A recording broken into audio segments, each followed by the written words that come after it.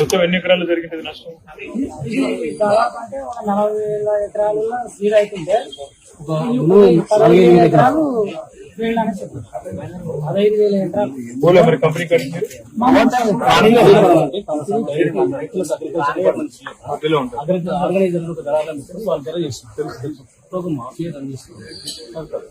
ఏళ్ళకెళ్ళి చేస్తున్నారు. ఇప్పుడు ఏమైంది కొత్తగా ఈ ఒక చెప్పుకోవట్లేదు.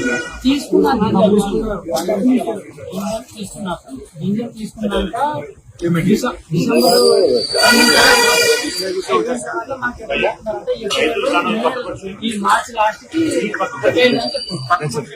చెప్పడం వలన మాకు వాళ్ళ డబ్బులు ఇస్తారు.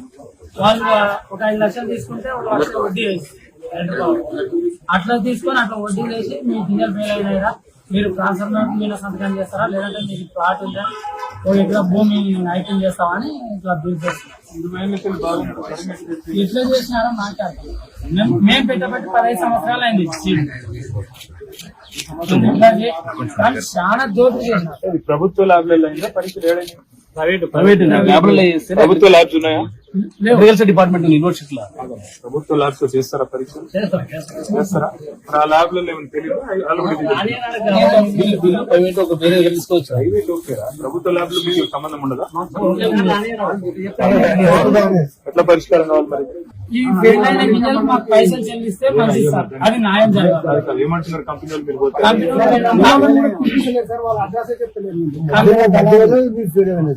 ఆర్గనైజర్లు కంపెనీలు కలపట్లేదు. రాయల్ కంపెనీ తీసుకొని పోయిన వేరే కంపెనీ కమ్మినారు వాళ్ళు. ఇప్పుడు మీరు రైతులు ఎంతమంది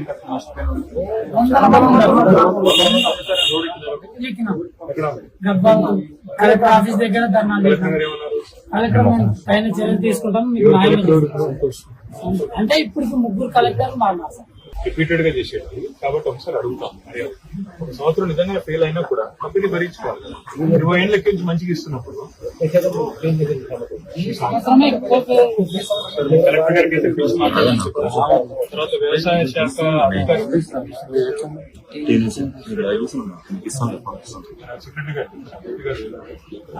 నాకు తెలుసు, ఆయన కూడా చెప్తాను. కలెక్టర్ తో కాకపోతే ఇక్కడ అవసరమైతే మళ్ళీ మిమ్మల్ని 50 మంది తెచ్చుకొని మంత్రి గారి దగ్గర కూడా పోదాం, సెక్రటరీ గారి దగ్గర కూడా పోదాం. కంపెనీలను పిలిచి మాట్లాడి మీకు డబ్బులు ఇవ్వాలి. నాకు 20 క్వింటాల గిన్నె అంటే 18 లక్షల బిల్లు అవుతుంది. ఇప్పుడు ఆయన ఇచ్చిన బిడ్డకే మనం వడ్డీ గంట కట్టమని అంటున్నారు. మాకు అదే బాధ. ఇన్ని సంవత్సరాలు చేసిన సీరియల్లో ఈసారి పెద్ద నష్టం చేశారు. మాకు న్యాయం చేస్తారు. కంపెనీ భరించుకొని డబ్బులు ఇవ్వాలి. పెట్టుబడి కాడికి వచ్చినా కూడా వారి వ్యవస్థ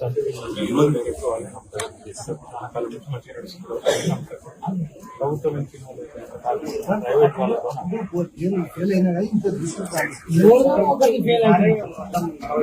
బయటికి 40% అసలు ఏం చేసుకోవాలో ఆ పరిస్థితి చాలా దూరంగా. ఒకటి మేము వానలకి ఊళ్ళకి చేస్తాం కదా. సంతోష్ బాగున్నారా? సంతోష్ ఏం లేదమ్మా. ఇప్పుడు ఇక్కడ మీ దగ్గర ఈ కాటన్ సీడ్ బాగా పెంచుతారు రైతులు, తెలుసు కదా. సో రైతులందరూ దాదాపు 50 మంది వచ్చినారు ఇక్కడ హైదరాబాద్.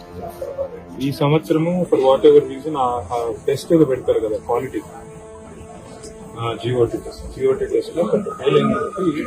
రాయల్ సీడ్స్, న్యూట్రిఫిట్ సీడ్స్, వేదా సీడ్స్, క్రిస్టల్ సీడ్స్ 4-5 కంపెనీల వాళ్ళు వాళ్ళ దగ్గర విత్తనాలు తీసుకున్నారు, కానీ డబ్బులు ఇవ్వలేదు. నేనేమంటానంటే ఒక్కసారి మీరు వాళ్ళందరినీ పిలిస్తే కంపెనీ రిప్రజెంటేటివ్స్ పిలిచి, ఎందుకంటే ఇప్పుడు అలంపూర్ లో గద్వాల్లో ఈ రోజు కాదు కదా, ఎప్పటి నుంచో చేస్తున్నారు ఈ సీడ్ వ్యాపారం. మీరు ఒక్కసారి రైతుల రిప్రజెంటేషన్ వాళ్ళందరూ ఇచ్చారు కదా మీకు ఆల్రెడీ.